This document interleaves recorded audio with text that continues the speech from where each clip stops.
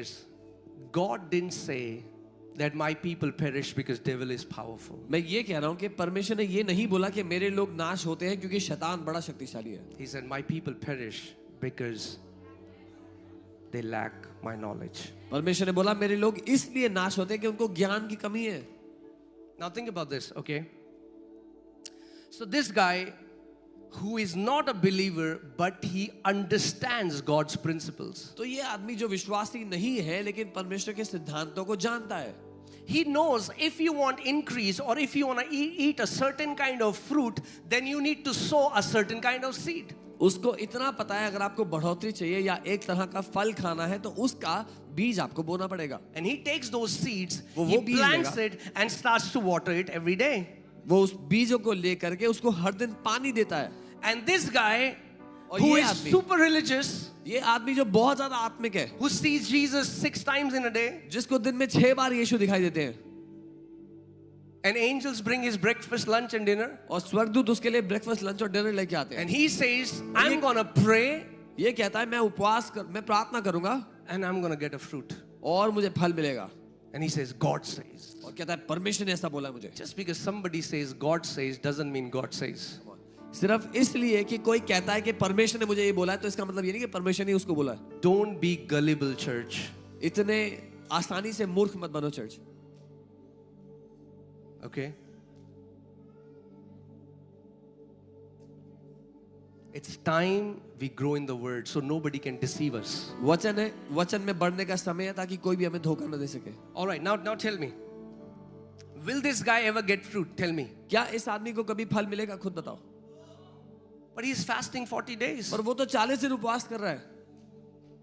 He also went to Israel and got some mud from Israel. वो Israel जाके मिट्टी भी लेके आया था वहां से. Will he get fruit? फल आएगा? No, because नहीं. God has set a principle. If you want increase, you will have to plant and water, and then God will give you the increase. क्योंकि परमेश्वर ने ही ये सिद्धांत ठहराया है अगर फसल चाहिए तो बीज बो, उसको सींच और तब फसल बढ़ोतरी आएगी. You cannot ignore God's laws and think I will do my way and call it prayer and think you will get the answer. You will not get the answer. परमेश्वर के सिद्धांतों को नजरअंदाज करते हुए सोचो मैं जैसे चाहता हूं वैसा करूंगा, उसको प्रार्थना कहूंगा और उत्तर मिल जाएगा, तो उत्तर नहीं मिलेगा. And much of what we call prayer is we are trying to convince God to do it. ज्यादातर हम जिसको प्रार्थना बोलते हैं वो हम परमेश्वर को रजामंद कर रहे हैं. Oh God, ओ प्रभु, give me apple, मुझे hallelujah, सेब दे give दो, me मुझे apple, सेब- hallelujah, give me Hallelujah. apple, hallelujah. सेब दे दो, hallelujah. And God is saying, sow the seed of apple, hallelujah, sow the seed of apple, hallelujah, sow the seed of apple. और परमेश्वर कह रहा है सेब का बीज बो दे, हालेलुया, सेब का बीज बो दे, hallelujah. Are you getting what I'm saying? समझ रहे जो मैं कह रहा हूँ? The Bible says we have to grow in understanding and knowledge. Bible कहती है हमें समझ और ज्ञान में बढ़ना है. When you understand the laws that God has set, success becomes automatic. जब आप उन सिद्धांतों को समझते हो जो परमेश्वर ने ठहराए हैं तो सफलता अपने आप आती है. Growth becomes automatic. बढ़ोतरी अपने आप होती है. Increase becomes automatic. बढ़ोतरी अपने आप होती है. Amen. I was telling you about partnership. मैं आपको साझेदारी के बारे में बताऊं. Sowing the seed is your responsibility. बीज बोना आपकी Say, जिम्मेदारी है. sowing the seed is my responsibility. बोलो बीज बोना मेरी जिम्मेदारी है. Say, planting the seed is my responsibility. बोलो बीज बोना मेरी जिम्मेदारी है. Bringing the growth is God's responsibility. बढ़ोतरी लाना परमेश्वर की जिम्मेदारी है. So many people are worried about God's responsibility and they ignore their own responsibility. बहुत से लोगों को चिंता है परमेश्वर की जिम्मेदारी के बारे में पर अपनी जिम्मेदारी को नजरअंदाज करते हैं. If you do the first two part, God is faithful to do his part. अगर आप पहले दो काम करोगे तो परमेश्वर अपना काम करेगा. Amen. Say again. Say, sowing the seed is my responsibility. बोलो बीज बोना मेरी जिम्मेदारी. Okay. But what seed? क्या बीज? Can you put Luke 8:11? लूका 8 उसका 11. Now Jesus is saying, he's telling the mystery, right? अब यीशु यह रहस्य बता रहे हैं. He told the disciples, to people who are outside or who are not saved, who are not in the kingdom, everything else comes in parables. But to you, it comes, I have given you the keys to understand. So the mystery is this, the parable is this, The seed is what? जो बाहर के लोग हैं उनके लिए सब कुछ रहस्य में होता है, पर आपके लिए आसान किया यीशु ने समझ के साथ बताया। उसने बताया दृष्टांत ये है कि जो बीज है वो वचन है, So परमेश्वर here का this, वचन। some people are sick and they're saying, "Oh God, heal me. Oh God, I know one day you'll heal me. Oh God, when will you heal me? Oh God, when will you heal me?" कुछ लोग जो बीमार है वो प्रार्थना करें, प्रभु मुझे चंगा कर दो। एक दिन मुझे बताया मुझे चंगा करोगे, प्रभु चंगा कर दो। Don't you have compassion on me? प्रभु मुझ पे दया नहीं आती। If you want healing, चंगाई चाहिए, it's there for you. आपके लिए है। Take the seed, वो बीज को लो, put it in your heart, अपने दिल में बो दो, plant it again and again. उसको बोते रहो, सींचते रहो। If you plant God's word in your heart, अगर अपने दिल में परमेश्वर के वचन को बो दिया, and how do you water it? कैसे सींचते हो? When you confess it again and again, you are watering the seed of God's word. जब अपने मुंह से उसको बार बार अंगीकार करते हो, आप उसके बीज को पानी दे रहे हो अपने दिल में। And then और तब God brings the increase. परमेश्वर बढ़ोतरी को लेकर आता है। God is looking for our partnership. परमेश्वर हमारी साझेदारी ढूंढता है। Much of what we call prayer is begging. ज्यादातर जिसको हम प्रार्थना सोचते हैं वो भीख मांगना है। And God has not called us to be beggars. He has called us to become sons and daughters. परमेश्वर ने हमें भिखारी होने के लिए नहीं बुलाया, बेटे और बेटियां होने के लिए बुलाया। Amen. Can you put Hebrews 11:3? The इब्रानी Bible 11 says, by faith we understand that the worlds, here the word is cosmos, not just earth, but the galaxies, the billions of galaxies and the trillions of stars were framed. Framed means God framed it, right? He carefully designed everything, but He did that through His word. Bible बताती है कि परमेश्वर, विश्वास से हम जानते हैं कि परमेश्वर ने सृष्टि की रचना यानी कि करोड़ों गैलेक्सीज की, सितारों की उसने सजाया है, उसको बनाया है अपने वचन के द्वारा। He did that through His word. अपने वचन के द्वारा उसने बनाया।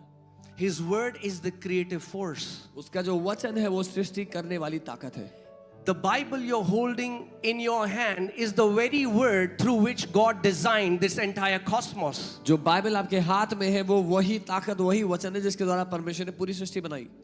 This is not a religious book. ये कोई धार्मिक किताब नहीं है। This carries the creative power. इसमें रचना करने की ताकत है। You know, if we look at it as a religious book, अगर एक धार्मिक किताब की तरह देखोगे इसको, then we will only check the box. तो हम केवल रूटीन के लिए करेंगे। 10 chapters 10 today. चैप्टर आज पढ़ लिया मैंने, Tick. टिक कर दिया। 10 chapters. 10 Tick. चैप्टर पढ़ लिया आज। It's not about that. पर बात ये नहीं है।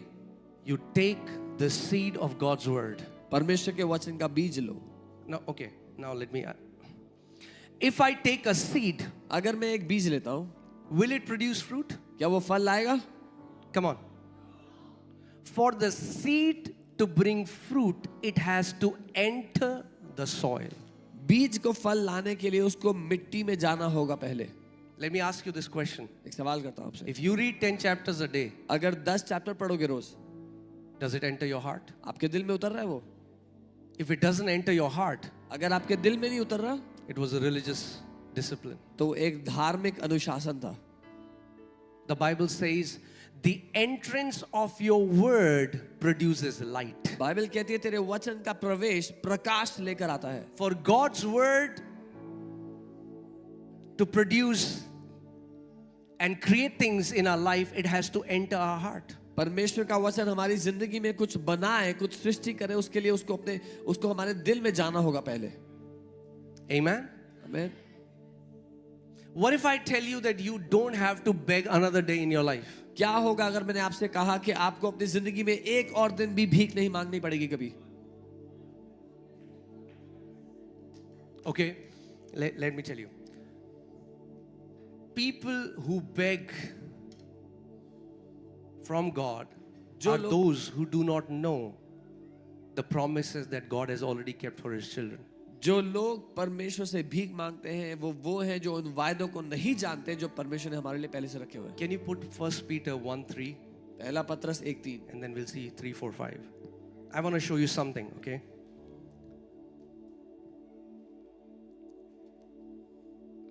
I'm sorry, 2 Peter 1:3. दूसरा पत्रस 1:3। All right. As his divine power has given to us all things that pertain to life and godliness. क्योंकि उसकी ईश्वरीय सामर्थ्य ने सब कुछ जो जीवन और भक्ति से संबंध करता है हमें दे दिया है। See, I told you. Hello. Hello. Hello. I told you this is a word revival. मैंने आपको कहा था ये वचन की It's बिदाई not, है। इसमें हिलना डुलना ज्यादा नहीं है, but it will transform your life. लेकिन ये आपकी जिंदगी बदल देगा। Okay? Otherwise, you will do this. Some people are doing this for 20 years, but there is no transformation. नहीं तो ऐसे हिल रहे हैं कुछ लोग 20 साल से, कोई बदलाव नहीं हुआ If जिंदगी। you want to see victory, start honoring the written word of God. अगर जय में चलना चाहते हो तो लिखे तो वचन की इज्जत करना शुरू कर दो। One word of God can transform your destiny. परमेश्वर का एक वचन आपकी मंजिल को बदल के रख देगा। God gave Abraham one promise and he became the father of many nations. परमेश्वर ने अब्राहम को एक वायदा दिया और वो देशों का पिता बन गया। Let me tell you a secret. मैं आपको रहस्य बताऊं। Every time you hear a sermon, हर बार जब आप एक वचन सुनते, एक सरमन सुनते हो, in the sermon is hidden the proceeding word of the Lord that comes to you. Sarman के अंदर छुपा हुआ है वो भेजा गया वचन जो परमेश्वर की ओर से आपके लिए आता है। Okay? But Jesus, think about this. Whenever he was talking to the crowd, he would say, if you have ears to hear, जब यीशु प्रचार करते थे भीड़ को बोलते थे अगर सुनने के कान है तो सुन लो। in Israel, are people born without ears? क्या इजराइल में लोगों के कान नहीं होते जब उनका जन्म होता तो? Why was Jesus saying such a question? तो If Yeshu anybody has ears to hear, let him hear. यीशु ये क्यों पूछ रहे थे कि सुनने के He कान was है, not सुनो? saying this in a deaf school. वो एक बहरों के स्कूल में नहीं प्रचार कर रहे थे। He was not talking about these physical ears. वो शारीरिक कानों की बात नहीं कर रहे थे। Because you can hear a sermon through these physical ears, but you hear the proceeding word of the Lord through these ears. क्योंकि इस शारीरिक कानों से आप सरमन तो सुन लोगे लेकिन अपने दिल से परमेश्वर के भेजे गए वचन को सुनते हो। Amen? All right, let's go back. 2 Peter 1:3, as his divine power has given to us all things that pertain to life and godliness. जैसे उसकी ईश्वरीय सामर्थ्य हमें वो सब कुछ दे दिया तो जीवन और भक्ति से संबंध रखता Now hear this. How many things has God given you according to his word? है। कितनी चीजें परमेश्वर ने आपको दी अपने वचन के अनुसार? Are you sure? पक्का? We say yes, but we don't believe. हम कहते तो हैं हाँ लेकिन That is मानते our नहीं हैं। problem. Our the biggest issue of a born again believer is we don't believe the written word. एक नया जन्म पाए विश्वासी की सबसे बड़ी दिक्कत ये है कि हम लिखित वचन को नहीं मानते And that includes me. और मैं भी उसमें I'm शामिल हूँ। journeying to that place where if it is written, it is enough. मैं उस जगह तक जा रहा हूँ, यात्रा कर रहा हूँ, अगर लिखा है तो मेरे लिए काफी है। मेरे पीछे बोलो, अगर लिखा है तो काफी है. If it is written, it is enough. Amen? But it's very basic, right? It's written, it's simple. साधारण है ना, लिखा है। And if somebody says that it's a written word that God shows, oh, yeah, okay, it's a Bible verse. But if someone says, last night an angel came in my room अगर कोई कहे लिखा हुआ वचन है तो आप बोलेंगे हाँ हाँ। and he gave this message to you, अगर कोई कहे रात को स्वर्गदूत मेरे you will कमरे be में आया, all ears for that message. उसने आपके लिए संदेश दिया तो आप पूरा ध्यान से सुनोगे। That's the problem. यही दिक्कत है। The day you start treating the written word as if it is Jesus personally speaking to you, your life will transform. जिस दिन आपने लिखित वचन को ऐसे सुनना शुरू कर दिया कि यीशु आप ही से बात कर रहे हैं, आपकी जिंदगी बदल जाएगी। An amazing man of God that I really honor, Kenneth E. Hagin, he said, of all the prophecies that were done over my life, 80% never came to pass because they were never from God. परमेश्वर के एक जन कहने थे जिनका मैं बहुत आदर करता हूँ, उन्होंने कहा मेरे जीवन में जितनी भी भविष्यवाणी मेरे ऊपर की लोगों ने उसमें से 80% कभी पूरी नहीं हुई क्योंकि वो परमेश्वर की ओर से थी ही नहीं। And there I have met believers one after the other. Their entire Christian life is based on a prophecy that somebody gave. और मैं एक के बाद एक मसीहियों को जानता हूं जिनकी पूरी जिंदगी भविष्यवाणियों के वचनों पे टिकी हुई है। And now they are offended at God. और अब वो परमेश्वर से नाराज हो गए हैं। God is not the one who lied to you. परमेश्वर ने आपसे झूठ नहीं बोला। It was that man who said, "Thus says the Lord." वो आदमी था जिसने आपसे आके कहा यहोवा यूं कहता है। अगर कोई कहे यहोवा कहता है तो जरूरी नहीं है यहोवा कहता है. If someone says thus says the Lord, doesn't necessarily mean that thus says the Lord. जो यहोवा कहता है वो उसके वचन में है जो वो कहता है. What the Lord says is already in His word. What He says. Amen. Now hear my heart. I'm not saying that prophecies are not for this time. मैं ये नहीं कह रहा कि भविष्यवाणी नहीं है आज के लिए. The Bible says do not despise prophecies. Bible कहती है भविष्यवाणी को तुच्छ मत जानो. But the Bible says test every prophecy. लेकिन बाइबल कहती है हर भविष्यवाणी And को the परखो. problem is, let me give you this example from my life. मैं अपनी जिंदगी से When I came to the Lord, we were two. मैं प्रभु को ग्रहण किया. मैं मेरे एक दोस्त था, best friend. We came together in the Lord. हम साथ में प्रभु में We आए. were in the same youth group. एक ही यूथ ग्रुप में थे. We were growing in the Lord. बढ़ रहे थे प्रभु में. Both of us, we loved the Lord. दोनों के दोनों प्रभु से प्यार करते थे. And my heart started to incline towards the written word. और मेरा दिल लिखित वचन की ओर झुकने लग गया. And he started to run after prophecies. और वो भविष्यवाणियों के पीछे भागने लग गया. There was, every time he'll hear a new prophet is in the city, he is there in that meeting. जब सुनने में आता है कि नया भविष्यवक्ता शहर में आ रहा है, वो उस सभा में होता है. Getting prophecy after prophecy. एक के बाद एक भविष्यवाणी लेता लोगों से. And today he's backslidden.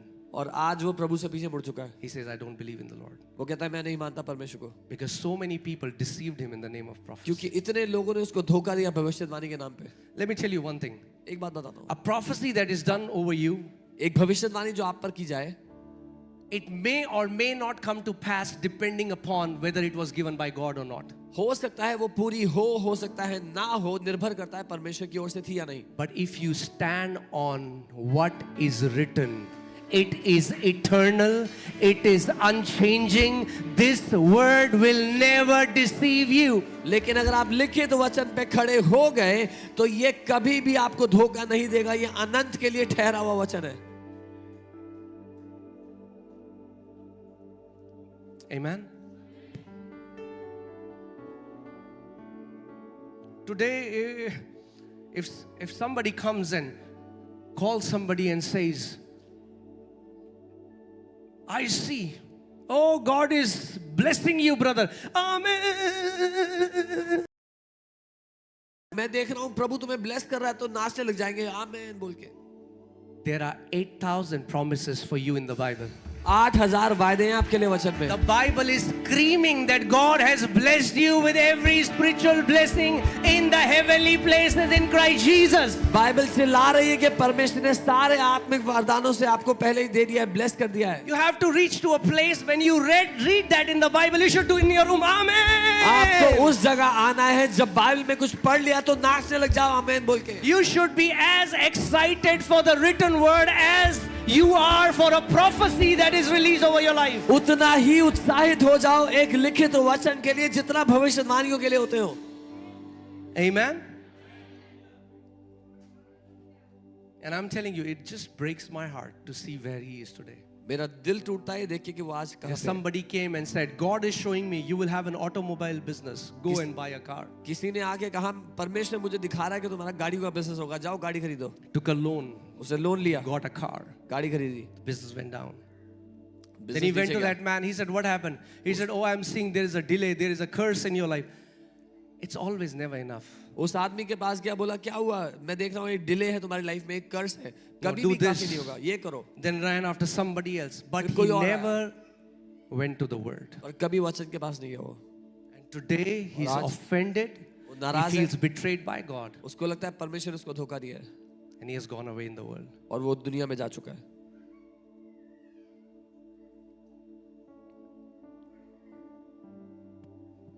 His word is a lamp unto our feet. उसका वचन हमारे पाँव के लिए दीपक है. And much of this is happening because we have never really understood that we are not in old covenant. और अधिकतर ये इसीलिए हो रहा है क्योंकि हम नहीं समझते कि हम पुरानी वाचा में नहीं है. Do you know, please understand my heart. I honor prophets, but I don't need a prophet to tell me what's my Father's will for me. His word tells me what His will for me.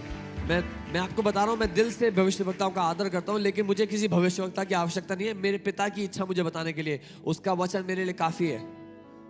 In the new covenant, we don't seek prophets for direction. नई वाचा में हम भविष्यवक्ताओं के पीछे नहीं भागते दिशा के लिए. If you are going to a prophet, should I marry this girl? You are stupid. अगर आप एक भविष्यवक्ता के पास भाग रहे हो दिशा के लिए कि भविष्यवक्ता जी मैं इस लड़की से शादी कर लूं, तो आप बेवकूफ हो। But God loves you, stupid. लेकिन बेवकूफ परमेश्वर आपसे प्यार करता है। Amen. But don't be stupid. पर बेवकूफ मत रहो। Romans 8:14 says, as many as are led by the Spirit of God, they are the sons of God. Not as many as who are led by prophets. रोमी 8:14 जितने आत्मा के चलाए चलते हैं वो परमेश्वर के पुत्र हैं, वो नहीं जो भविष्यवक्ताओं के चलाए चलते हैं। John 10:27, Jesus said, my sheep hears my voice and they follow me. यूहन्ना 10:27 यीशु ने कहा मेरी भेड़ें मेरी आवाज सुनती हैं, मेरा पीछा करती हैं। In the Old Testament, only a prophet could tell you what the will of God was for people because everybody was spiritually dead. But in the New Covenant, we all have the same access. God says, now come boldly to the throne of grace. पुरानी वाचा में एक भविष्यवक्ता ही आपको बता सकता था पिता क्या चाहता है, क्योंकि सब लोग आत्मिक रूप से मरे हुए थे। लेकिन नई वाचा में सब कोई, परमेश्वर कहता है हियाव से मेरे सामने आ जाओ। Amen. Hallelujah. So when the right time comes, if God wants to send a prophet, God will send a prophet. You don't run after any prophet. जब सही समय आएगा, अगर परमेश्वर को किसी भविष्यवक्ता को भेजना है तो वो भेज देगा। आपको भागने की जरूरत नहीं लोगों के पीछे। You run after His word. आप उसके वचन के पीछे भागो। You run after His word. उसके वचन के पीछे भागो। Amen. And in the new covenant, a prophet is for confirmation, not for direction. और नई वाचा में एक भविष्यवक्ता का काम है जो आपको पहले से बताया गया उसको दोबारा बताना है, दोहराना। Amen. It's the word and spirit. ये वचन और आत्मा है। I'm telling you, churches have so much of imbalance today. आज कलीसिया में इतना असंतुलन है। And let me say this, और मैं ये कहूंगा, okay? Because I have not come here to please you. क्योंकि मैं किसी को खुश करने यहाँ नहीं आया हूँ। There are many church members, they don't honor their own pastors. बहुत से चर्च सदस्य हैं जो अपने ही They run pastor after का when आदर a करते। guest speaker will come. No church can be built by a guest speaker. Every church will be built by the pastor God has appointed for that वो church. Guest speakers के पीछे भागते हैं। जब कोई guest speaker आता है, कोई भी गेस्ट स्पीकर किसी के जीवन को नहीं बढ़ा सकता। जिस कलीसिया का पास्टर परमेश्वर ने रखा है वही उसके जीवन को बढ़ा सकता है, उस कलीसिया को बढ़ा सकता है। Amen. Hallelujah. Is it okay? Should I continue? Yeah?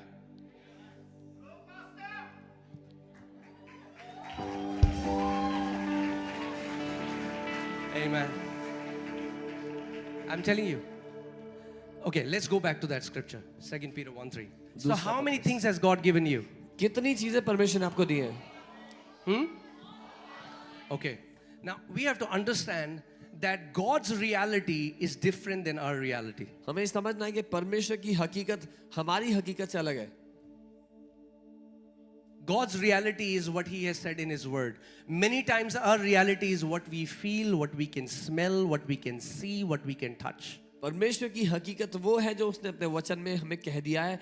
हमारी हकीकत वो है जो हमें महसूस होता है, हम छू सकते हैं, परख सकते हैं, देख सकते हैं। But the Bible says He has already given you all things that pertain to life and godliness. और बाइबल कहती है उसने सब चीजें आपको पहले से दे दी हैं जो जीवन और भक्ति से Now संबंधित hear हैं। this. सुनिए, Through the knowledge of Him. उसके ज्ञान के द्वारा। If you don't have knowledge of Him, you अगर cannot receive what belongs to you. अगर आपको उसका ज्ञान नहीं है तो आप वो नहीं पाओगे जो उसने आपको दिया है। Okay, verse 4. By which we have been given to us exceedingly great and precious promises. जिसके द्वारा उसने अति महान और कीमती वायदे हमें दिए हैं। You know, we think, what is my car is very precious, हम सोचते हैं मेरी गाड़ी बड़ी कीमती है, or my bike, या मेरी or bike, my house, या मेरा or घर, my bank balance. या मेरा bank balance. But let's see what God calls not just great. When God calls something exceedingly great, think about how great that thing is. लेकिन जब परमेश्वर किसी बात को अति महान कहता है तो सोच के देखो कितना महान होगा वो। Bible is saying God has given to us exceedingly great and precious promises. Bible कहती है परमेश्वर ने अति महान और कीमती वायदे हमें दिए हैं That through these कि इनके द्वारा you may be partakers of divine nature. आप अलौकिक स्वभाव के हिस्सेदार बन जाओ. Okay, let's stop there. यहाँ रुकते हैं. आप परमेश्वर का वायदा लेकर And possess. Okay, let me say this. Just because it's written in the Bible doesn't mean it will happen with you automatically. सिर्फ इसलिए कि बाइबल में लिखा है अपने आप आपके साथ नहीं होगा. You will have to possess it by faith. आपको विश्वास से कब्जा करना होगा. Just because the Bible says by his stripes you are healed doesn't mean healing will fall on your lap. सिर्फ इसलिए कि बाइबल में लिखा है कि उसके कोड़े खाने से आप चंगे हो गए. You will have to contend what belongs to you in Christ Jesus. जो आपका है उसके लिए आपको युद्ध लड़ना होगा. Faith is not passively waiting that one day it will fall on my lap. Faith is actively partnering with God and taking hold of what belongs to you in Christ Jesus. विश्वास ये नहीं है कि निष्क्रिय होके बैठो के एक दिन मेरी गोद में आके कुछ गिरेगा, लेकिन सक्रिय होके परमेश्वर के साथ साझेदारी करो, कब्जा कर लो जो आपका है. The Bible says through the promises of God you can become partakers of divine nature. Bible कहती है परमेश्वर के वायदों के द्वारा आप उसके अलौकिक स्वभाव का हिस्सा बन सकते हो. This verse is so powerful. ये वचन इतना Do you know what शक्तिशाली है. that means? आप जानते नहीं इसका You मतलब can क्या है. take a scripture आप एक वचन को and लेके labor in it उसमें day and मजदूरी night करो दिन रात until जब तक the life inside that seed gets released. उस बीज के अंदर का जीवन बाहर ना आ जाए. You know, there are I mean, like, people will not believe it, but there are promises in the Bible. You can lay hold of them and not fall sick again. Bible में ऐसे वायदे हैं, आपने अगर पकड़ लिया तो बीमार होना बंद कर दोगे, कभी दोबारा बीमार Why? नहीं Because होगे. God doesn't fall sick. क्योंकि परमेश्वर बीमार नहीं होता. And He wants you to be a partaker of His divine nature. और वो चाहता है कि आप उसके अलौकिक स्वभाव के हिस्सेदार हो जाओ. But it will happen when you will labor and lay hold of the promises of God. पर ये तब होगा जब मजदूरी करके उसके वायदों को आप कब्जा करोगे. Amen? Are you here? Should I give some prophecy? I can flow in prophetic. मैं प्रोफेटिक में फ्लो कर सकता हूँ. I can make ministry about gifts. मैं सेवकाई को गिफ्ट के बारे में If बता you have सकता seen our ministry, body organs are being created. God gives me names of people. I can make my entire ministry about the gifts of the Spirit. हूँ. अगर आप हमारी सेवकाई जानते हो, लोगों के शरीर के अंग बन रहे हैं नाम पुकारने के द्वारा शरीर But then चकाई that हो रही है. ministry will be about me and not about the Word of God. और मैं सेवकाई को गिफ्ट के बारे में बना सकता हूँ, पर वो सेवकाई मेरे बारे में होगी, वचन के नहीं. But the mandate God has given me is to raise champions of faith, those who know the Word of God and are rooted and grounded in the Word. पर जो काम परमेश्वर ने मुझे सौंपा है वो उन महारथियों को, विश्वास के योद्धाओं को उठा के खड़ा करना है जो वचन में जड़े हुए हैं. Amen? Let me tell you, you can get any miracle that you want from God. मैं आपको बता रहा हूँ, जो चमत्कार आप चाहते हो परमेश्वर से ले सकते हो. Do you know in meetings like these, many people come expecting healing. अब जानते हो ऐसी सभा में बहुत से लोग चंगाई की उम्मीद करते आते Now हैं. here, many don't know the difference between miracle and healing. बहुत से लोग चंगाई और चमत्कार का अंतर नहीं जानते. Do you know there is a difference between miracle and healing? क्या आप जानते हैं दोनों में एक अंतर होता है, चमत्कार और चंगाई में. There's a blind person who came in a service. एक अंधा व्यक्ति आया सभा में, God opened his eyes. परमेश्वर ने उसकी आंखें खोल दी. That's a miracle. वो एक चमत्कार है. But even if somebody did not get a miracle, they can 100% get healing. लेकिन अगर किसी को चमत्कार नहीं भी मिला तो भी 100% चंगाई लेके जा सकते हैं. Because miracles flow through the gift of the Spirit, but healings come by faith. क्योंकि चमत्कार आत्मा के वरदानों के द्वारा होते हैं, लेकिन चंगाई विश्वास से. विश्वास से ली जाती है. There is a guy, Amarjit, he came into our church. एक व्यक्ति है अमरजीत, हमारी कलीसिया में आया. He went to a very famous ministry. वो एक बहुत He had लोकप्रिय AIDS. सेवकाई में गया, उसको एड्स था. He went to Punjab, Punjab गया था. waiting to get a miracle. चमत्कार He was a के लिए gangster before this. वो पहले एक गुंडा था. He went there, they prayed for him. वहां गया, उसके लिए प्रार्थना किया, He checked, चेक किया, he didn't get healed. चंगा नहीं हुआ. Didn't get miracle, so that you understand. चमत्कार नहीं He मिला didn't get his miracle. उसको उसका चमत्कार नहीं मिला So somebody told him about our church. किसी ने उसको हमारी सेवकाई के बारे में बताया He had gone from ministry to ministry. Now he came to this ministry expecting his miracle. वो सेवकाई से सेवकाई भटक रहा था अब यहाँ आया था चमत्कार की उम्मीद करते हुए Sometimes people give up because they think it's not God's will.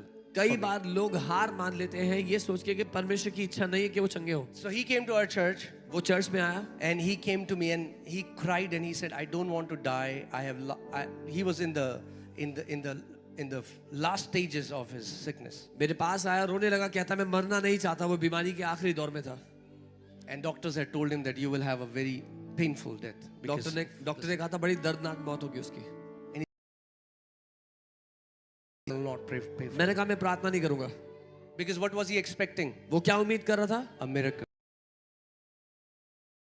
Teach him. I wanted to teach him how to take his healing. मैं उसको सिखाना चाहता था कि अपनी चंगाई कैसे ले सकता है So I said, Amarjit, मैंने कहा you Amarjeet need to take word and put it in your heart and put it in your mouth. तुझे वचन को लेकर अपने दिल में और अपने मुंह में भरना होगा And I guarantee you 100% you will get your healing. और मैं 100% गारंटी देता हूँ तू चंगाई को लेगा So he took the word उसने एक वचन को लिया and every time he started to come Sunday after Sunday. और हर दिन हर बार संडे आने लगा Take those promises, उन वायदों को लो put it in his heart अपने दिल में डालो and start to speak it again and again. उसको बोलने लग जाओ बार बार He labored in the word. उसने वचन में मजदूरी की Went to the doctor. Doctor के पास गया The results came in. Result आया Same cancer. वही रिपोर्ट आई उसको दोबारा से The Bible says in Hebrews 6:12, with faith and patience we will inherit the promises. इब्रानी 6:12 विश्वास से और धीरज से हम वायदे पे कब्जा करते हैं Amen. आमीन They will be testing. Our faith will be tested. हमारा विश्वास परखा जाता है He came to me and I said, don't give up. The word is alive. वो मेरे पास आया मैंने कहा हार मत मानो वचन जीवित है He was laboring. वो मजदूरी Labored in the promise again and again. वायदों में मजदूरी करो बार बार Went to the doctor. Doctor के पास गया Blood reports came. Blood report आई Same age. सेम रिपोर्ट आई एज की Now at this point, so many people will give up and think it's not God's will. अब इस जगह पे पहुंच के बहुत से लोग हार मान लेते हैं ये सोच के कि परमेश्वर नहीं चाहता It's not God who is hindering your healing. It's the enemy hindering your healing. परमेश्वर नहीं है जो आपकी चंगाई रोक के बैठा है शैतान है दुश्मन है जो आपकी चंगाई नहीं होने देना And चाहता we take the word as the sword of the spirit. और हम वचन को आत्मा की तलवार की तरह लेते But हैं he didn't give up. He kept laboring in the word of God. उसने हार नहीं मानी वचन में मजदूरी And करता third रहा time he went to the doctor तीसरी बार जब वो डॉक्टर के and पास the गया report came report I completely healed of HIV/AIDS. पूरी तरह चंगा हो गया था HIV एड्स से Now what happened if he would have only gone looking for a miracle? क्या होता अगर वो चमत्कार को ढूंढते हुए जाता He would have died in his sickness. वो बीमारी में मर गया होता Thinking God doesn't want to heal me. ये सोचते हुए कि परमेश्वर नहीं चाहता वो चंगा हो His word already declares God has already given us great and exceeding precious promises. उसका वचन पहले से कहता है कि उसने महान और शक्तिशाली कीमती वायदे हमें दे दिए हैं We just need to take hold of those promises हमें बस उनको पकड़ लेना है and put it in our heart. अपने दिल में भर देना है Say, plant it. When you take a word, you meditate on it, you plant it. When you start to speak it again and again, you water it, and then God starts to bring increase. जब आप एक वचन को लेते हो अपने दिल में डालते हो बीज की तरह उसको बार बार बोलते हो मनन करते हो उसको सींचते हो और तब परमेश्वर उसमें बढ़ोतरी देता है Okay? And I think last week I was reading something, and I'll just share this and then I'll pray. But I was reading this portion and I was blown away what the Lord showed me. मैं हैरान हो गया था प्रभु ने मुझे दिखाया Okay, but before that, let me say, as I was telling you, God will not do anything on this earth without partnering with a man. परमेश्वर इस पृथ्वी पे कुछ नहीं करेगा बिना मनुष्य के साथ सहभागी हुए Can you put Genesis 2:5? उत्पत्ति 2:5 Let's see what the Bible says. देखते हैं बाइबल क्या कहती है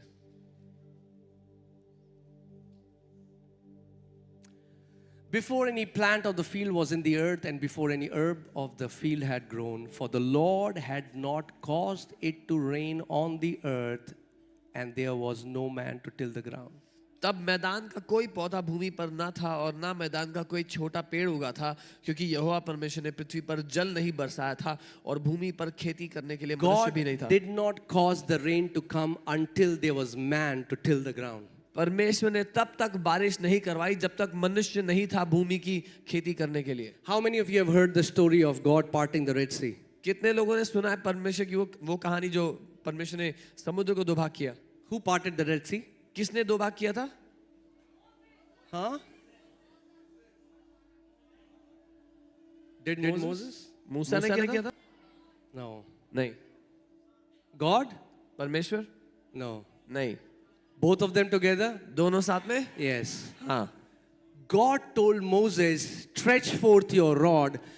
When Moses stretched forth the rod, then God parted the Red Sea. परमेश्वर ने मूसा को कहा अपनी छड़ी आगे बढ़ा। जब मूसा ने छड़ी बढ़ाई, परमेश्वर ने समुद्र को दो भाग किया। You play a part in your miracle. आपका एक योगदान है आपके चमत्कार में। Amen. Are you getting what I'm saying? आप समझ रहे हैं? God wanted to bless that widow. God sent Elijah the prophet to her. परमेश्वर उस विधवा को ब्लेस करना चाहता था, उसने एलिया को भेजा उसके पास। My question is just bless her, Lord. मेरा सवाल ये था, प्रभु ब्लेस कर देते ऐसे ही?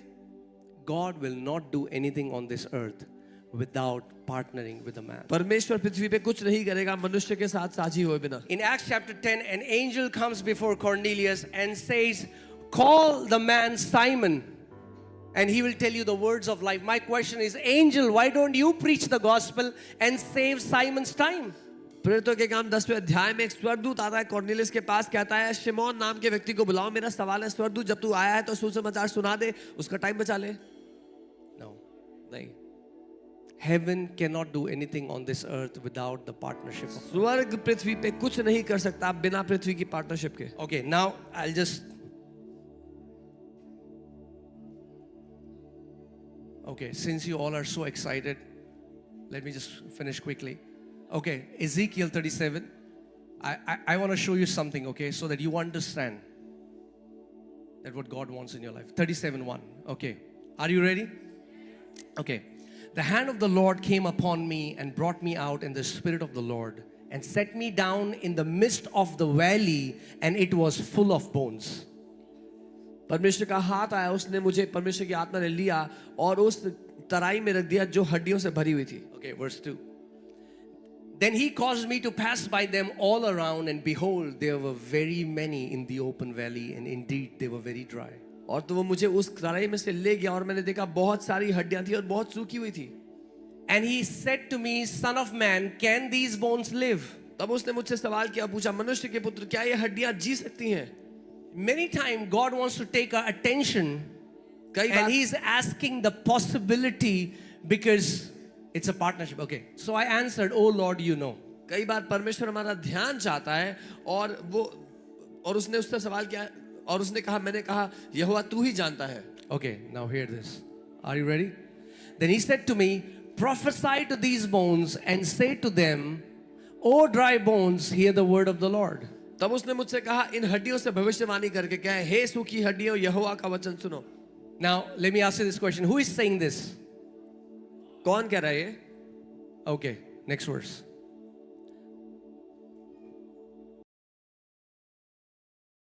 Surely I will cause breath to enter into you and you shall live. परमेश्वर यहोवा तुम हड्डियों से यूं कहता है, देखो मैं आप तुम में सांस समाऊंगा और तुम जी उठोगी। कौन कह रहा है? Who's saying Okay, this? put 5. कौन कह रहा है? परमेश्वर यहोवा. Lord, The Lord God is saying. God is saying. But hear this. सुनिए, Let's go to verse 4. चौथी आयत।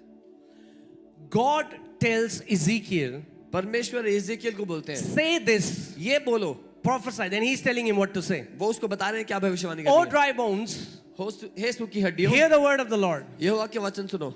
Okay, and then verse 5. 5वीं आयत। And God is saying, but hear this, nothing happens when God says it. लेकिन कुछ नहीं हुआ जब परमेश्वर ने ये बोला। Okay, verse 6. 6ठी आयत। I will put sinews on you and bring flesh upon you, cover you with skin and put breath in you, and you shall live. Then you shall know that I am the Lord. मैं तुम्हारी नसें उपजाकर मांस चढ़ाऊंगा और तुम में चमड़े का से ढापूंगा और तुम में सांस समाऊंगा कि तुम जान लो कि मैं यहोवा हूँ। But nothing happened even though God spoke it. लेकिन कुछ भी नहीं हुआ जबकि परमेश्वर खुद बोल रही है. If you can get this, church. अगर आप ये समझ जाओ church, Jeremiah 1:12 says, God says, I watch over my word to perform it. यिर्मयाह 1:12 परमेश्वर का वचन कहता है, मैं अपने वचन को ध्यान धरकर देखता हूं उसको पूरा करने के लिए. My question is, God, why are you watching over your word? Why don't you perform it? मेरा सवाल है, प्रभु ध्यान धरकर देख क्यों अपने वचन को कर क्यों नहीं देते हो? Because God's word is designed for two mouths. क्योंकि परमेश्वर का वचन दो मुंहों के लिए बनाया गया. Okay? In Hebrews 4:12, where the Bible says the word of God is a double-edged sword, that word double-edged comes from the Greek word daistomos, which means two mouth. इब्रानी 4:12 वचन कहता है उसका वचन दो धारी तलवार है, वो दो धारी दाइस्टोमोस शब्द से आता है. Just दो mouth. if God will say anything on this earth, अगर सिर्फ परमेश्वर पृथ्वी कुछ बोल दे it will not come to pass तो वो पूरा नहीं हुआ अपने आप. until a human mouth जब तक एक इंसान का मुंह declares what God has already declared. उस बात की घोषणा ना करे जो परमेश्वर ने पहले से Hear घोषणा की this. है. God says this and nothing happens. परमेश्वर ने ये बोला पर कुछ नहीं हुआ. He is the Lord God Almighty. वो यहोवा परमेश्वर है. But nothing happens. Now, कुछ नहीं verse हुआ. 7. 7वीं आयत. So I prophesied as I was commanded. इस आज्ञा के अनुसार मैंने भविष्यवाणी की. And as I prophesied, there was a noise as suddenly a rattling and bones came together, bone to bone. और जब मैं भविष्यवाणी कर ही रहा था, आहट आई और वो हड्डियां कड़कड़ाने लगी, हिलने लगी. Hear this. Much of what we know prophecy today जो अधिकतर हम समझते हैं आज भविष्यवाणी को, is not even in the Bible. वो बाइबल में है ही नहीं है. I'm not against it, please understand. मैं खिलाफ नहीं हूं भविष्यवाणियों के. I am going in your fridge. मैं 4 टमाटर देख रहा हूँ, 1 केला देख रहा हूँ. Come out of that and prophesy the word of the Lord, and इस सब से then you बाहर will आओ. see your miracle. परमेश्वर के वचन की भविष्यवाणी कर अपने चमत्कार को देखोगे. Whatever what we call forensic today, the people in the world, mentalists are doing it. जिसको हम फोरेंसिक बोलते हैं, दुनिया के मेंटलिस्ट लोग कर रहे हैं. तो I'm not denying that God would sometimes do that, but to base if your entire life revolves around that, come out of that. मैं ये नहीं कह रहा हूं परमेश्वर कभी ऐसा नहीं करता है, लेकिन अगर पूरी जिंदगी पूरी सेवका इसी के इर्द-गिर्द घूमती है, उससे बाहर आ जाओ. I am not excited or impressed when somebody tells me my phone number and my name. I know my phone number and I know my name. मैं इंप्रेस नहीं होता कोई आके मुझे मेरा नाम फोन नंबर बताए, मुझे पहले से ही पता है. If you get impressed with that stuff, you need to grow up in Christ. अगर आप इस सब से इंप्रेस होते हो तो आपको मसीह में बढ़ने की And there जरूरत are है. many people now using Facebook and calling people's name and number from Facebook. क्योंकि आज बहुत से लोग फेसबुक से निकाल के नाम और फोन नंबर बोल रहे हैं. Wow, God knows my phone number. Yes, He knows your phone number. ओ प्रभु को मेरा Not phone only number He knows पता है. your phone number, He knows the very number of hair on your head. ओ प्रभु को मेरा phone number पता है. Phone number ही नहीं, आपके सर में कितने बाल है उसको वो भी पता है. Are you getting what I'm saying? This is the real prophecy. Prophesy the word of the Lord to your situations. ये सच्ची भविष्यवाणी है. परमेश्वर के वचन की भविष्यवाणी कर अपनी. I've seen demons tell these, familiar spirits do that. From my बचपन childhood, से I've seen this. बचपन से ही It मैंने does not देखा. impress me. बचपन से मैंने देखा वो दुष्ट आत्माएं लोगों There are की so डिटेल many बताती हैं. Christians today in bondage because they get impressed by this. बहुत से मसीही If you लोग. cancer, I prophesy the word of the Lord to you. By His stripes, I am healed. आप उस cancer से बोल सकते हो, कैंसर मैं परमेश्वर के वचन की भविष्यवाणी तुझसे करता हूँ. यीशु के कोड़े खाने से मैं चंगा हो चुका हूँ. That's real prophecy. वो है सच्ची Think भविष्यवाणी. about that. Jesus, who जाना है जिसमें कोई मिलावट नहीं है. much of what we see in the church is not the New Testament church. जो हम कलीसिया में होते हुए देख रहे हैं वो नई सदी की कलीसिया नहीं है. There's a lot of hype and excitement. So I prophesied the word of the Lord as I was तो commanded. मैंने परमेश्वर के वचन की भविष्यवाणी की जैसे मुझे आज्ञा दी गई थी. Our confession is supposed to be good, but if it doesn't, you become a prophet and starts prophesying what the word of the Lord already says. अगर Put the word of God in your mouth. Please. स्थान पे खड़े हो जाओ. Thank you, Lord Jesus. It's time we are going to prophesy. इस समय हम भविष्यवाणी करेंगे. Amen. Amen. Hallelujah. Hallelujah. You all can prophesy. You can prophesy like Ezekiel prophesied. You can prophesy the word. Cancer चंगा हो सकता है. If there is a situation that looks like dry bones, God is patient. Can this valley of dry bones can it change? अगर कोई परिस्थिति है किसी की जिंदगी में सूखी हड्डियों जैसी, तो परमेश्वर पूछ रहा है क्या ये सूखी हड्डियों की परिस्थिति बदल सकती है? उनसे कहा, My word मेरा वचन in your mouth तुम्हारे मुंह में is as powerful as my word in my mouth. उतना ही शक्तिशाली है जितना वो वचन मेरे मुंह में है। Come on, let me tell you. God's word, come on, say this after me. God's word in my mouth is as powerful as God's word in his mouth. Come on, say it again. God's word God's word in my mouth. परिवार पर Declare the word of the Lord. यहोवा के वचन की घोषणा करे। Oh, Zablahade Gora Bragadene. It is written, लिखा है, with a long life he will satisfy you and show you his salvation. एक दीर्घायु से वो तुम्हें तृप्त करेगा, अपना उद्धार दिखाएगा। Come on, prophesy. भविष्यवाणी करे। Molabasa Katira Bragadanama. Elia Lalabasa Katina Maragodo. Labrahasi Korolo Brogadina Masabara. Oh, Father, we worship you. We adore you, glorify you. Father, we ask, Lord, you would give us the revelation that how powerful your written word is. तेरा लिखित वचन शक्तिशाली है। And if we have your word, और अगर तेरा वचन we हमारे have पास है, everything, oh तो God. सब कुछ हमारे पास We है। don't need another sign. एक और चिन्ह नहीं चाहिए, We don't need another feeling एक भावना और to नहीं चाहिए। confirm what is written. जो लिखा है उसको साबित करने के लिए, It is written is enough. ये लिखा है काफी है। Hallelujah.